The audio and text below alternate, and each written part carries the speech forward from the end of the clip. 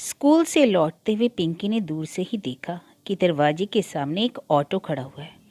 उसे जरा कौतूहल भी हुआ, क्योंकि इस घर में मेहमान तो कभी आते ही नहीं थे। उसने तेजी से पैडल मारना शुरू किया, पर पास पहुंचते पहुंचते उसकी सारी उत्सुकता समाप्त हो गई। मन खट्टा हो गया।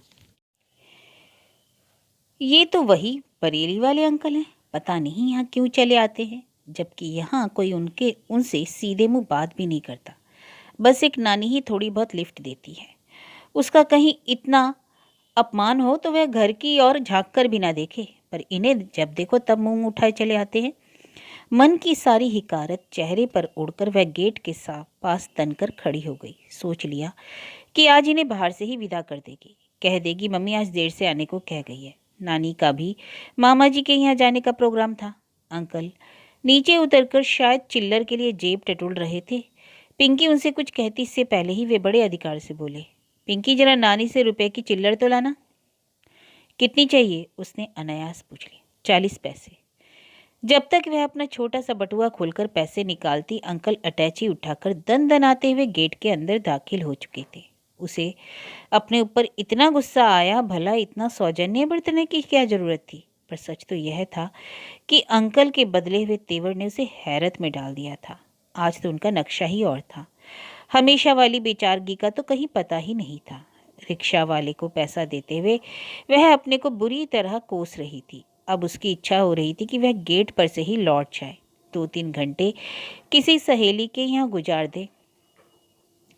वैसे भी तो मम्मी उसे कहीं ना कहीं भेज ही देती है। इससे तो अच्छा है वह खुद ही चली जाए। भीतर जाकर भी क्या करना है, वही हमेशा वाला सीन होगा। अंकल पर एक कुर्सी पर सिर झुकाए बैठे होंगे, सामने वाली कुर्सी पर नानी जार जार रो रही होगी। फिर मम्मी की एंट्री होगी। वे या तो मुंह फुलाकर कमरे में चली जाएंगी या फिर महाभारत शुरू कर देंगी। पैरों को किसी तरह घसीटते हुए पिंकी भीतर आई तो देखा वही नज़ारा ही बदला हुआ है। अंकल इत्मीनान से सोफे पर बैठकर जूते खोल रहे हैं। नानी पास खड़ी क्षमा याचना के स्वर में कह रही है, शीला तो अब तक लौटी नहीं, आज देर से आने को कह गई है। पहले से पता होता तो। मैंने तो सुबह ही फ़ोन किया था। पिंकी चुपचाप कमरे में खिसक आई। सुबह एक नहीं 2 बार फ़ोन आया था। दोनों बार पिंकी ने ही रिसीव किया था। मम्मी पहली बार नहा रही थी, दूसरी बार वे अपनी लूना स्टार्ट कर रही थी। पिंकी ने फ़ोन पर बड़ी बेरुखी से बात की थी। उसे इस आदमी से ही नहीं, इसकी आवाज़ तक से नफरत हो गई थी। इसलिए उसने बड़े बेमन से मैसेज लिया था और बड़ी आसानी से उसे भूल भी गई थी। सच जिंदगी तो कितने मज़े से गुजर रही थी। 1.5 साल पहले यह शख्स एक हादसे की तरह घर में दाखिल हुआ और घर में जैसे कोहराम मच गया था। पिंकी को ठेल ठाल कर पड़ोस में भेज दिया गया था, पर वह बच्ची तो नहीं थी। लौटकर भी उसने वातावरण के तनाव को सूंघ लिया था। उसके बाद तो जैसे यह सिलसिला ही शुरू हो गया। जब भी वे आते घर को एक अजीब सी बदहवासी से भर देते। मम्मी तो उस समय पहचानी नहीं जाती। उनके चले जाने के बाद भी कितने ही दिनों तक वे वैसी ही चिड़चिड़ी और गुस्सेल बनी रहती। या तो नानी से हफ्ते भर के लिए बोलचाल ही बंद हो जाती, या फिर दोनों रात दिन लड़ती रहती। मम्मी नानी से कहती तुमने ही इसे शय दी है, तभी उसे हौसला हुआ है, नहीं तो इधर आंख उठाकर देखने की भी उसकी जुर्रत नहीं थी। हैरान परेशान पिंकी ने आखिर एक दिन पूछ ही लिया। मम्मी से पूछने का तो सवाल ही नहीं था, नानी से पूछ लिया, नानी ये कौन है जो हमें तंग करने बार बार आ जाते हैं? नानी थोड़ी देर तक सोचती रही, फिर बोली, बेटे ये तुम्हारे अंकल हैं, बरेली में रहते हैं। पर यहाँ क्यों आते हैं? इस बार भी नानी को कुछ सोचना पड़ा। फिर बोली, क्या पता कोई जमीन जायदाद का मामला होगा, नहीं तो इतने चक्कर कोई क्यों काटेगा। नानी उन्हें जो चाहिए दे दिलाकर रवाना करो ना, हमें कुछ नहीं चाहिए, बस कहो कि हमारा पीछा छोड़ दे। पिता के परिवार से पिंकी को जरा भी लगाव नहीं है, बल्कि उन लोगों से एक वितृष्णा सी ही होती है।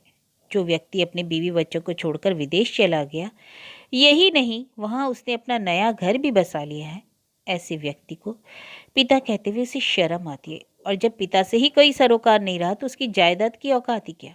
उसे किसी की खैरात नहीं चाहिए। दाल रोटी मज़े से चल रही है, चलती रहेगी। अब उसकी समझ में आया इस आदमी को देखते ही आग सी क्यों लग जाती है। पिता की जो धुंधली सी आकृति उसके स्मृति पटल पर अंकित थी, उससे इस व्यक्ति का चेहरा बहुत मिलता था। भाई जो ठहरा। एक बार उसने मम्मी से भी हिम्मत करके अपने मन की बात कह दी, मम्मी ये बरेली वाले अंकल हर महीने 2 महीने में दरवाजे पर आकर खड़े हो जाते हैं। अच्छा नहीं लगता। इन्हें जो चाहिए दे दिलाकर छुट्टी कर दो। उसकी बात पूरी भी ना हो पाई थी कि एक करारा तमाचा उसके गाल पर पड़ा। हर बात में तुम्हारा बोलना जरूरी है, मम्मी चीखी। ये उल्टी सीधी बातें तुम्हें कौन सिखाता है? सिसकती हुई पिंकी को अपने अंक में भरते हुए नानी ने कहा, मैं सिखाती हूँ। अब चाहो जो मुझे सजा दे दो मुझे। तुमसे लड़कर क्या पार पा सकती हूँ मैं, पर यह सब कहने की क्या जरूरत है? कुछ तो कहना ही था। वह दूध पीती बच्ची तो नहीं है, उसके दिमाग में भी तो 100 तरह के सवाल उठते हैं। नानी ने कहा, वह तो है ही पुरखिन। रही सही कसर तुम पूरी कर रही हो। तुम दोनों ने मिलकर मेरा जीना मुश्किल कर रखा है। गेट पर लूना की आवाज आते ही पिंकी चौकन्नी हो गई। उसके कान बाहर ही लगे रहे, पर वह अपनी जगह से हिली नहीं।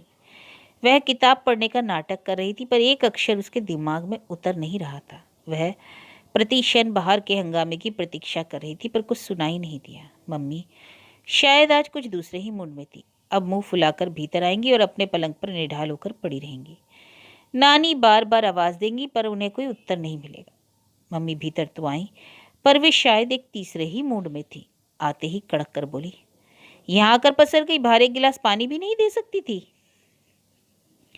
मैं भी तो स्कूल से थक कर आई हूँ, अब तक किसी ने चाय तक के लिए नहीं पूछा।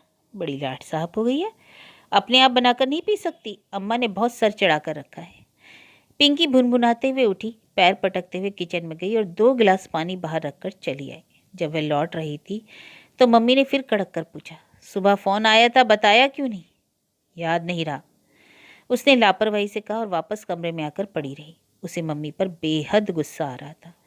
कम से कम इस आदमी के सामने तो उसे बेइज्जत ना करती। नानी किचन में पहुंच गई थी और पकौड़े तलने की खुशबू सारे घर में फैल रही थी। उस महक से पिंकी की भूख और तेज हो गई थी और वह मन मारकर पड़ी रही। अगर दूसरों को उसकी परवाह नहीं है तो वह भी नदीदों की तरह रसोई में नहीं झांकेगी। थोड़ी देर बाद मम्मी फिर कमरे में आई। मुंह हाथ धोकर उन्होंने जूड़ा बनाया, हल्का सा मेकअप करके एक प्यारी सी साड़ी पहन ली। पिंकी कनखियों से चुपचाप उन्हें तैयार होते देखती रही। बाहर जाते हुए मम्मी ने जैसे दीवार को सुनाकर कहा, हम लोगों को लौटने में देर हो सकती है, खाने पर इंतजार मत करना। पिंकी के कान एकदम खड़े हो गए। तो क्या मम्मी अंकल के साथ बाहर जा रही है? नहीं तो हम लोगों का मतलब? उसे तो सोचकर ही झुरझुरी हो आई। वैसे पिछले दिनों में एक बात पिंकी ने नोट की थी, मम्मी का रुख कुछ नरम हो चला। शायद यह नानी की सीख का असर हो।